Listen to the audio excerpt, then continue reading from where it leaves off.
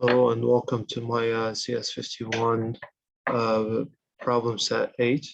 Today we'll be simulating basically a pandemic, and we have a bunch of parameters here in the screen right now that we will play around to see and basically simulate the COVID-19 pandemic that we've had so far.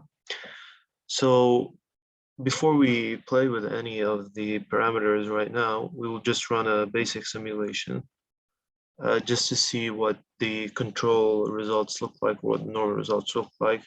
Just a quick intro here to the parameters that we'll be working with. We have a population of 1,000 people that we're working with.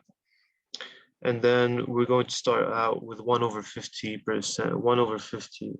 That's the proportion of the population that will start out as infected. And then we can play around with multiple things, such as the infectiousness of an infected person, the radius that with which a person can infect someone else, the mortality rate. So if someone is infected, what are their chances of actually dying from being infected? And there are a bunch of other parameters. So first, let's just quickly run a basic simulation to see what the normal results would look like. So you see the red dots are the infected people, blue dots are susceptible people, and then the gray dots are people who have recovered.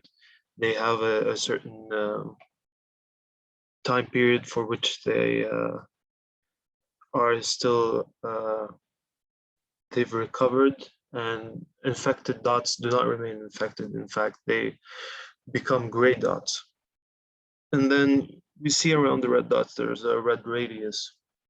And any blue dot that gets into the red radius that we're talking about becomes an infected person. So a blue converts to red, and then red can convert to two things. It could either convert to a gray dot, which is a person who's just recovered, or it could actually become a cross like this one, which means the person has died because of the disease. And we can see the graph on the right and what this translates to. So this is, we haven't played with any parameters here.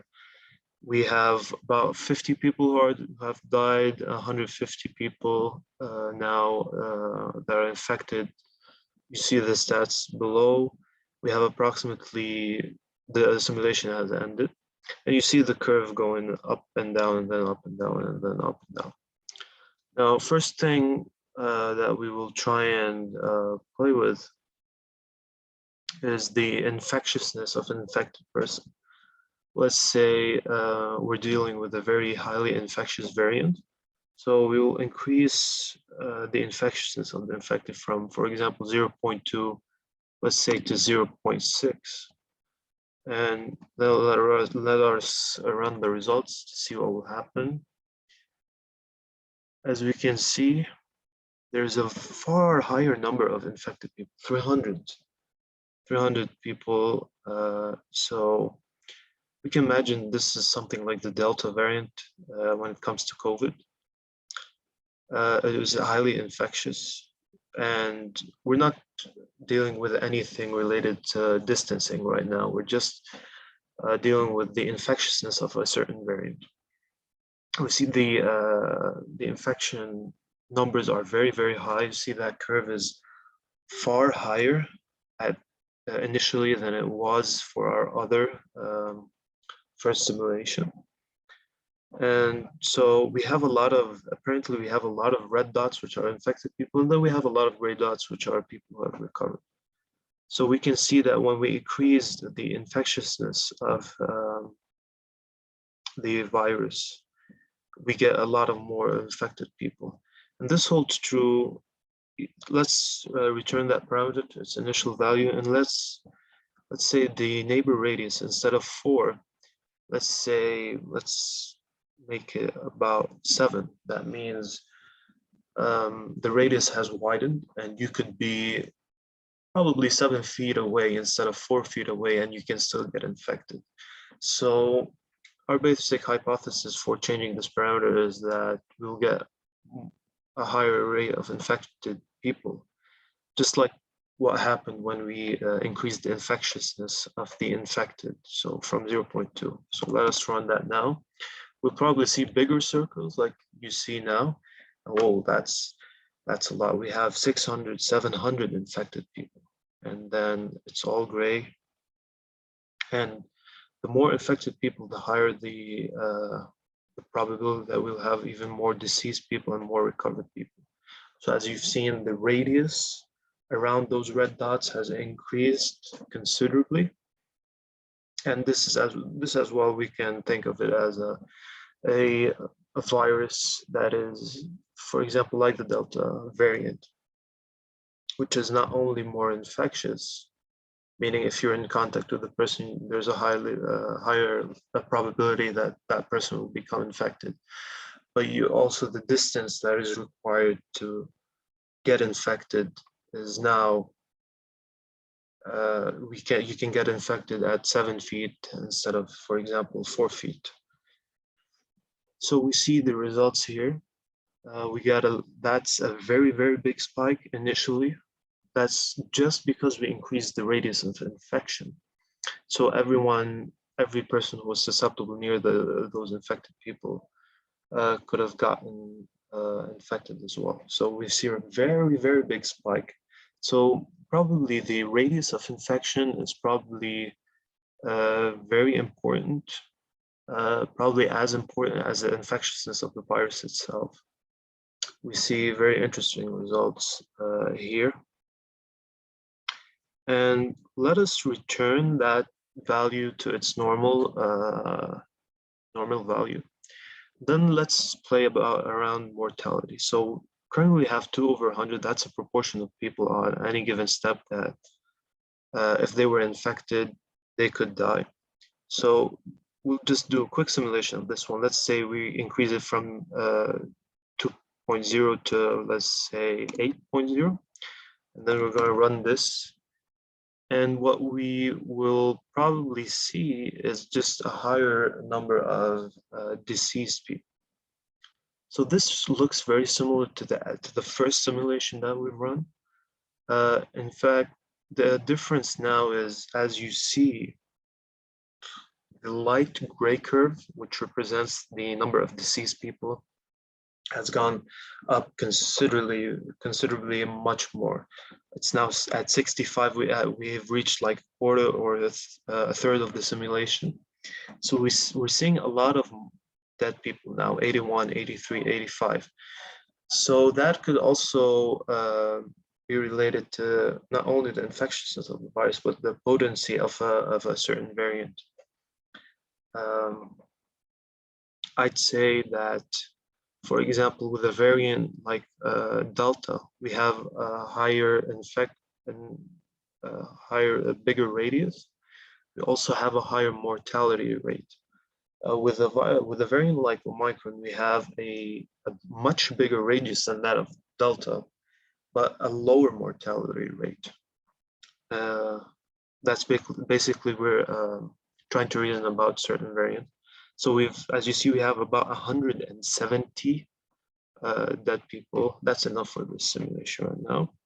And we return the numbers to normal. Now I want to, one thing I've extended for this simulation is the number of people who are likely to get vaccinated at any given step. So I actually set it to 0 at first so we can see certain simulations. Now let's set this to approximately 5 out of every 100 people will get vaccinated. As we will see right now, actually let's start with 1 and then increase it to 5 to see the importance of having a very big vaccinated population. So let's start with 1. As you'll see, vaccinated people are actually the green dots.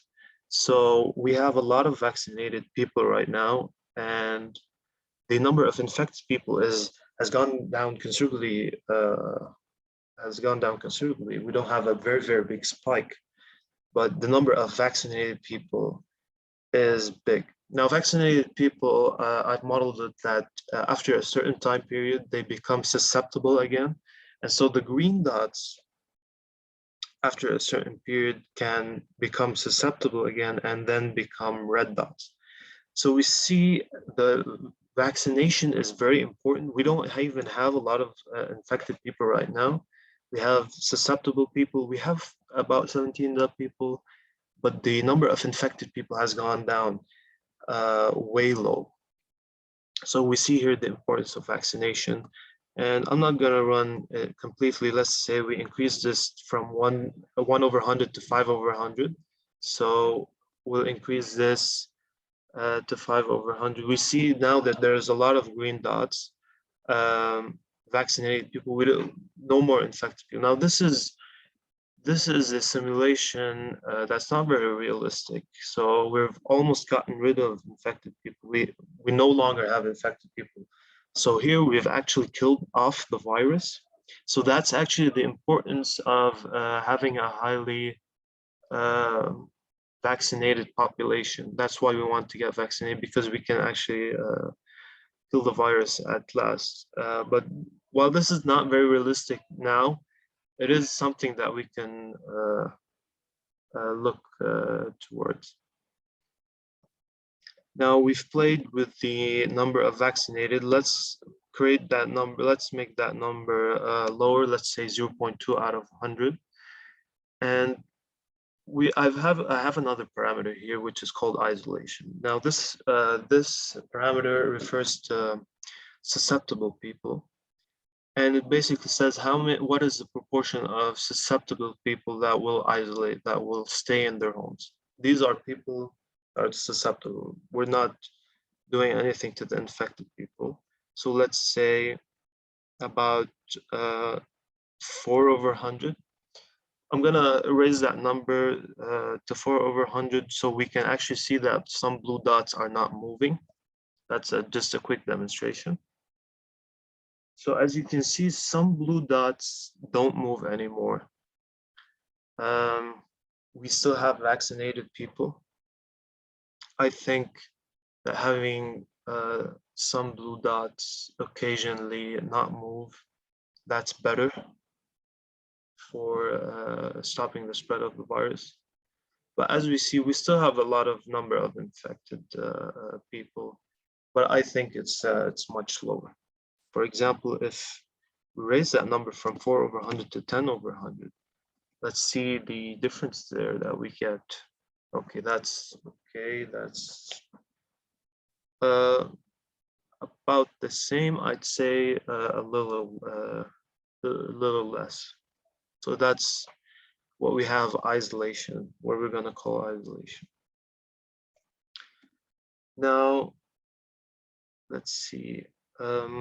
There's one other thing that I'd like to go over, which is having the concept of a curve.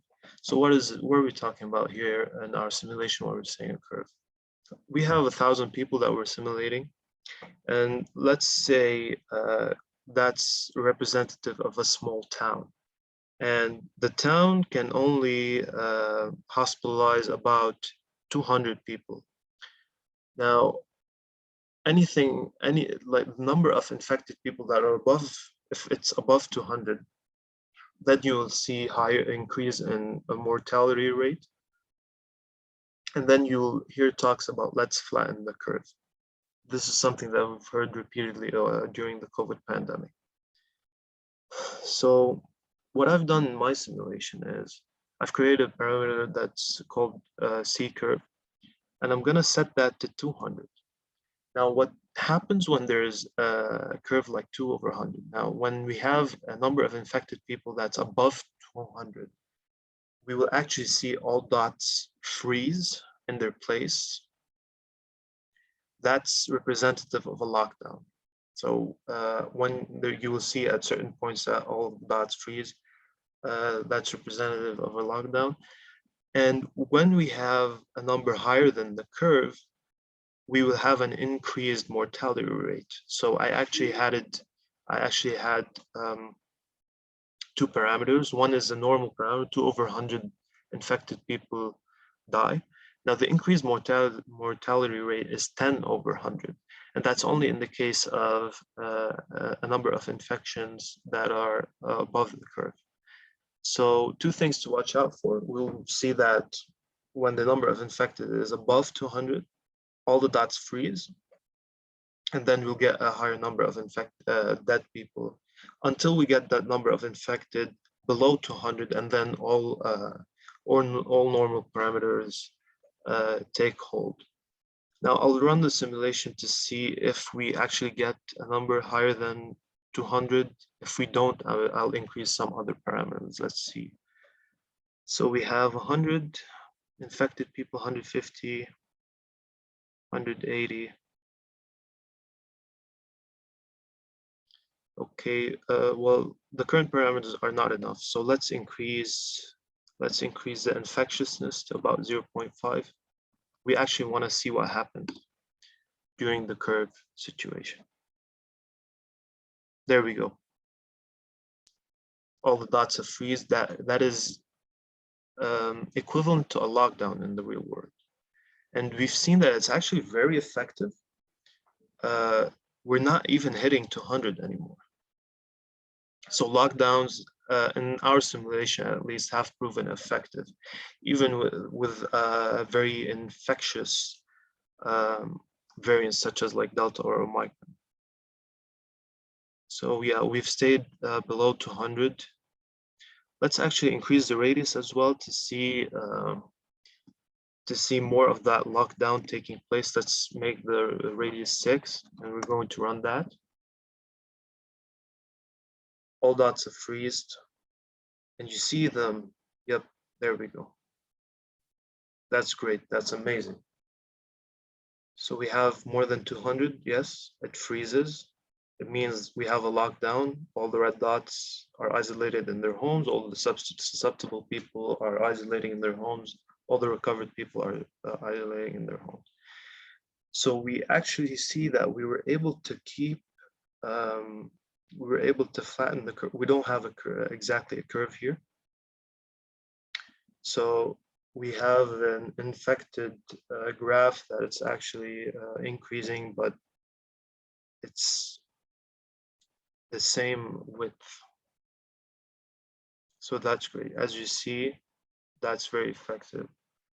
And we still have the vaccinated people. Now look, we can see that there is about 200 people that have been that are deceased. That's due to the curve. That's due to having an infected population that's above 200. So it's actually a very nice simulation that we have right now. Now, with all that we have now, for example, let's increase the number of vaccinated people to 2 out of 100, and see isolation, let's increase that to 15. Let's see, and we'll increase the infectiousness, and we'll see our simulation right now. So we have vaccinated people, we have lockdowns. Let's see how that looks right now. Okay, a huge number of infected people, but it goes down quickly. Yeah. In my simulation, vaccinated people cannot become infected, but they do become susceptible after a given period of time. That's why we have boosters. So for example, any green dot that is next to a red dot cannot become a red dot. Any green dot given enough time will become a blue dot, which means it's susceptible again. So we see now that we have our numbers quite under control. I don't see anything that's wildly out of place. We do see an initial big spike, which is, let's say, what happened during 2019 when we were surprised by COVID. But then we'll see that it's actually linear and it flattens. So this has been my simulation. We talked about the importance of infectiousness of the virus, the radius of infection. We simulated lockdowns. We simulated vaccinated people. We saw what happens with a higher mortality rate when we have something greater than the curve. And this has been basically us looking at what happens during a pandemic, and we talked specifically about the COVID pandemic. Thank you for watching.